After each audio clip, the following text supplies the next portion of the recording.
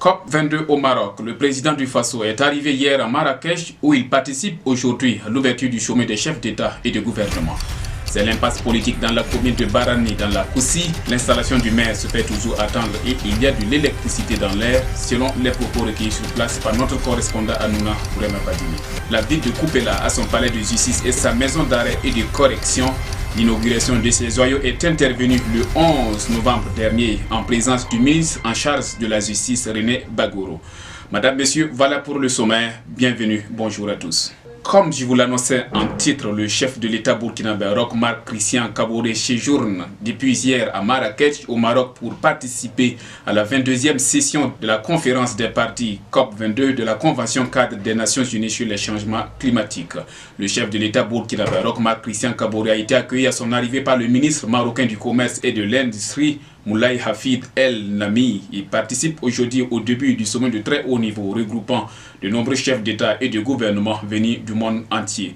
Pour ce qui concerne l'Afrique, les négociations porteront essentiellement sur la répartition du Fonds vert contre les changements climatiques issus des accords de la COP21 de Paris en 2015. On se rappelle que la COP21 tenue à Paris en 2015 avec 195 délégations avait adopté l'accord de Paris visant à maintenir la hausse moyenne de la température du globe en dessous de 2 degrés. En marge des travaux de la COP22, le président du Faso, Roch Marc Christian Kaboré, va s'entretenir avec de nombreux partenaires du Burkina ainsi que des Burkinabés vivant au Maroc. Le nouvel ambassadeur du Burkina Faso en France, Alain Francis Gustave Ilboudo, a présenté ce 9 novembre au palais de l'Élysée au président de la République française, François Hollande, les lettres du président Roch Marc Christian Kaboré l'accréditant en qualité d'ambassadeur extraordinaire et plénipotentiaire du Burkina Faso en France.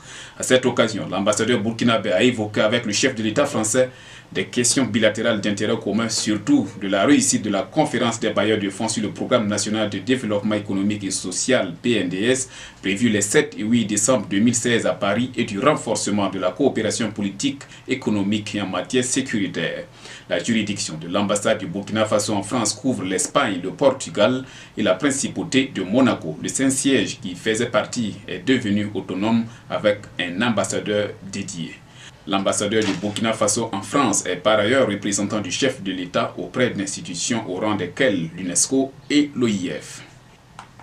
La ville de Koupela a désormais son tribunal de grande instance et sa maison d'arrêt. L'inauguration du tribunal de grande instance et l'installation des membres de la juridiction, celle de la maison d'arrêt et de correction ainsi que l'installation du premier responsable ont eu lieu le vendredi 11 novembre 2016 en présence du ministre de la Justice, des Droits humains et de la Protection civile garde des Sceaux, René Bagoro.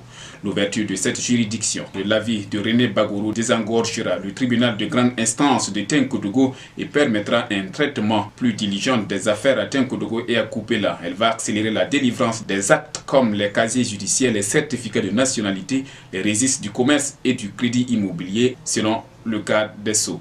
La maison d'arrêt et de correction, quant à elle, permettra de soulager le personnel de la garde de sécurité pénitentiaire de la maison d'arrêt et de correction de Tinkodougou et de réduire la surpopulation carcérale.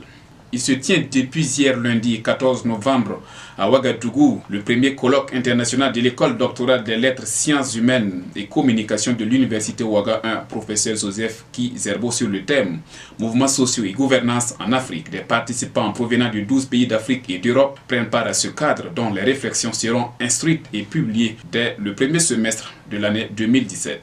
Selon le directeur de l'école doctorale des lettres, sciences humaines et communication de l'université Ouaga 1, professeur Joseph Kizerbo, le choix thème atteste que les universitaires sont à l'écoute de leur société et contribuent grandement au changement social. Par cette rencontre, il s'agit donc de livrer et discuter des réflexions des jeunes chercheurs sur la gouvernance et les mouvements sociaux qui se font de plus en plus récurrents en Afrique. La genèse de l'organisation de ce colloque au bénéfice des jeunes chercheurs remonte au premier trimestre de l'année 2014 avec la première version de l'appel à contribution qui date du 6 mars 2016. Ce rendez-vous réunit 65 intervenants, dont 48 venant de l'extérieur et 12 pays participants. Ces travaux devront permettre une sorte d'orientation aux sociétés, d'expliquer leur évolution, leur orientation et surtout permettre aux jeunes chercheurs d'entrer en contact entre eux et tisser des liens pour le développement des universités. C'est l'impasse politique à Barani, dans une commune rurale de la province de la Koussi. L'élection du maire attendue depuis des mois et qui était prévue le samedi 12 novembre dernier n'a finalement pas eu lieu. Sur instruction du ministre en charge de la sécurité intérieure Simon Compaoré, le haut-commissaire a reporté le vote à cause des violences qui pourraient en découler. En effet, une partie de la population qui conteste le candidat du mouvement du peuple pour le progrès MPP, désigné lors des élections primaires, ont manifesté le vendredi 11 novembre dernier pour marquer leur désaccord quant à la mise en place des organes dirigeants de l'exécutif local. De leur côté, les partisans du vainqueur des primaires se sont mobilisés pour réclamer la tenue de l'élection. À ce propos, écoutons Moussa Guindo, l'un des responsables du MPP à Barani. Le haut-commissaire nous a appelé qu'on n'a qu'à arrêter la marche, qu'ils sont en train de voir des solutions pour en tout cas résoudre ça dans quelques jours. Le ministre de la Sécurité aussi a fait appel à notre SG qui n'a qu'à rester calme, qu'ils sont en train de chercher des solutions idoines pour la mise en place du conseil municipal de Barani. C'est ce qui a en tout cas nous a amené nos gens à les retenir et puis en tout cas on va échanger, se donner des idées. Plus tard, dans une semaine, si ce n'est pas résolu, en tout cas, on va ressortir violemment, en tout cas dans la vie. Tout le monde va nous sentir. De son côté, Mamadou Sidibé, candidat malheureux lors des primaires, salue ce report. Il estime qu'il y a un préalable à franchir. Même si on ne le dit pas, nous savons aujourd'hui qu'il y a une situation de crise et de tension qui est installée à Barani et au niveau de toute la commune. Et nous savons que ça ne peut faire que créer de sérieux problèmes pour la suite. Si il faut forcer installer un conseil municipal et finalement ne pas pouvoir vivre en harmonie, ne pas pouvoir vivre en cohésion, il faut faire beaucoup attention. Et je pense qu'il faut d'abord travailler à ramener la cohésion, à ramener l'entente entre l'ensemble des communautés avant de chercher à mettre quelque structure que ce soit. Je pense que ça doit être ce travail-là. L'action qui devait être donc menée ces jours-ci pouvait être à l'origine de pas mal de problèmes. La tension est vive. Et dès qu'il y a une action, il peut y avoir effectivement un affrontement. L'élection du maire de Barani relève plus de l'impossible que du possible, ce qui retardera le développement de la commune. Déjà, les répercussions de cette impasse politique sont palpables. C'est ce que nous dit Bourema Araman. Il est instituteur à Barani. Nous demandons en tout cas aux autorités de précipiter un peu les choses et pour que vraiment les activités dans la commune là reprennent bien.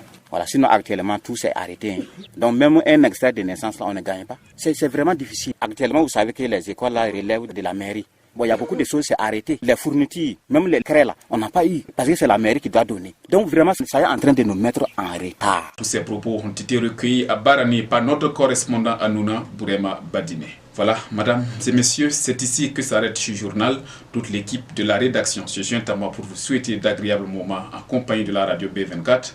À très bientôt pour d'autres sessions d'information.